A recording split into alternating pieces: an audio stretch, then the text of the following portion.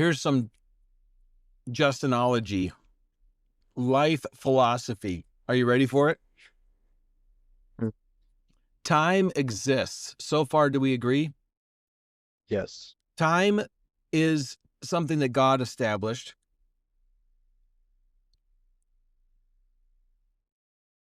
You only have 5 seconds to respond to that, by the way. Oh, I didn't know I was responding to the rest of it. Yeah, we're having a conversation. Okay. Say it again then. Time is something that God established for a purpose. Agreed. And part of our reward system is how well we utilize time. Okay.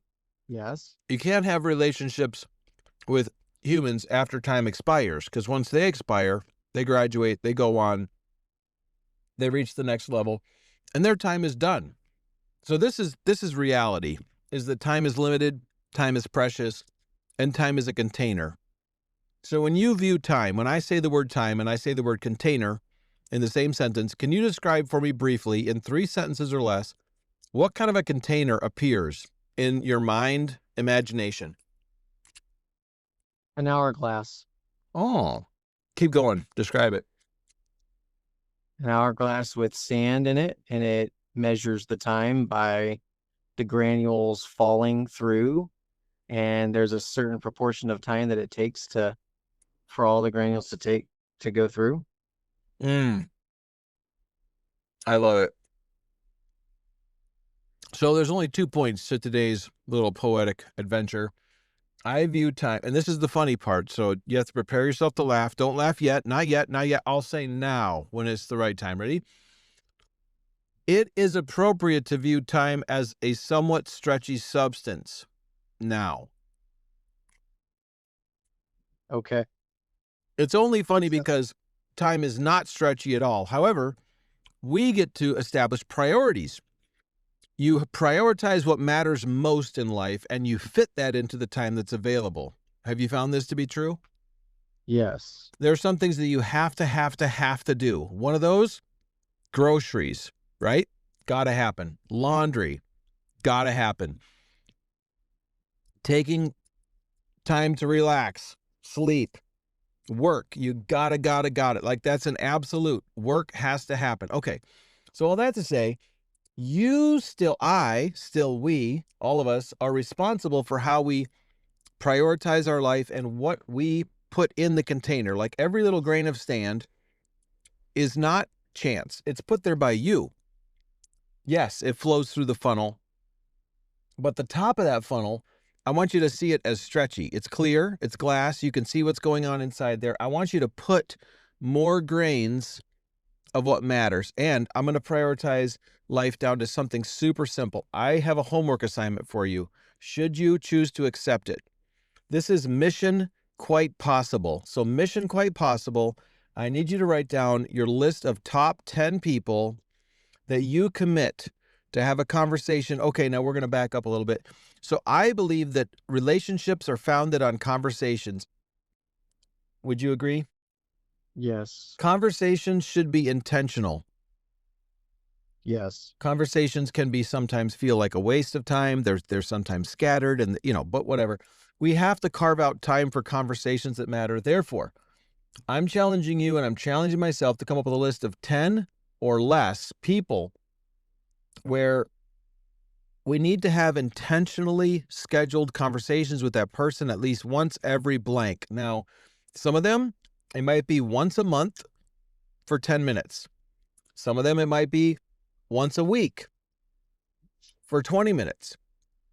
But I need you to write a list of 10 people or less, and then an amount of time, and then a frequency. Do you see it? It's only 3 columns. So the name is Dave. After that, 20 minutes. Frequency, 10 days. So you're saying and then you ask that person permission. Can we have a meaningful conversation that fills up 10 minutes every 10 days? Okay. I see. So, okay. So it's prioritizing basically building those relationships with the top 10 people in your life. Mm-hmm. Mm-hmm. Okay. Now, what do you Okay. like? What do you like about it? It forces me to not procrastinate and keep those people at the forefront of my mind, Mm-hmm. Mm-hmm. and to actually build those relationships consistently. So you're not getting older, right? You're kind of paused. Like your life is I, on. You've decided not to get older, correct? yeah, of course, I've Yeah. decided not to age. So I'm going to tell you, It's really incredible. when you decide to go forward again, and when you stop being on pause in your mid 20s or 30s or wherever you're at, doesn't really matter. Don't tell me. Um, but as you get farther in life, there's this heaviness that comes in the form of regret. And one thing you don't want is regret. It doesn't seem like a big deal now, but it grows in heaviness. So, for example, my 90-year-old grandmother, I was fully cognizant of the fact that that was most likely, mathematically, scientifically, physiologically, medically, probably our last good conversation in person in this world. And I don't have regrets. Now, my dad would schedule a call toward the end with his mother. Um, I can't remember what the frequency was, but I know it was consistent. I know it was an hour, and I know it was scheduled out. I want to say every other Friday or something like that. Um, like with my siblings, I'm not saying I'm the best at this. I'm saying that it's refreshing because it alleviates guilt. It alleviates neglect. I think you used the word procrastinate. So we have the siblings chat, and it's supposed to be the first Sunday night of every month, starting at 8:30, which is after Sunday night church. And it typically goes a couple hours, or it goes till midnight normally. I'm glad you said that because I've actually reached out to my cousins who I haven't talked to in years, and I've been trying to get them to do a cousin group chat once a month. Mm-hmm. So Mm-hmm. I'm on the right track. I just haven't pushed it. But you're right. We are getting older, and we're time is very precious. There's a lot of songs about that. Yeah, there is. So what's more precious, time or relationships?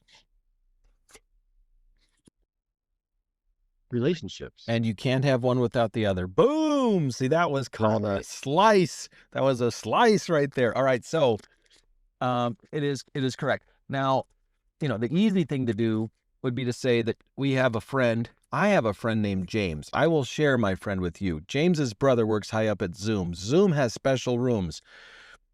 Not everybody likes to show their face, but Zoom is just clearer, cleaner, better. I don't know if it's secure at all, but some people jump into a Facebook chat group call thing. Chatting only says so much. Like, you have to chat, just share fun events, whatever, but you have to make this a physical, like a face-to-face, or at least voice-to-voice, like a group conversation. And you need to become the king captain of efficiency in that call, to ask the right questions, to get people ready. Because I've come up with a new fun quote, and it says this: there is no fear of public speaking. There is only fear of lacking preparation. How that applies to a Yes. small group setting is, people don't want to jump into a call because they'll feel awkward. But, you know, we want to let everybody know that there will be an MC of ceremonies, and there will be easy to hit softball questions, where basically, here's the format. We're going to go around the room. You can totally skip. You don't have to participate. You don't have to have your camera on. You don't even have to speak. Like, we have some people that jump into our prayer team thing, and they're like, I will attend, but I don't want to participate. Perfectly awesome. Your attendance is significant and valued, and that's how we want. However, you know, when you ask these questions, you kind of want to go around and say, hey, give us an update, and then here's some magic words I learned the other day. All right. Talk to me about what's fun. in your life. Talk to me about what's important. Talk to me about a project that you're working on. It's called a puncture pinpoint. So you grab the big pin and you're trying to puncture their soul. Like you're trying to get their soul to leak out onto the call. And if you just Mhm. tell somebody, so this came from an NFL, no, ESPN interviewer. She's professional, and her parents were professional ESPN sportscast interviewers, and they would just say those magic words: "Talk to me about." Forwards, talk to me about blank. It doesn't really matter what you put in the blank, but it just makes people feel relaxed enough to open up about that. So talk to me about family life. How's it going over there at the Jackson household? Yeah, that's good. I like that. Talk to me about your warrant status. No, I'm kidding. Yeah.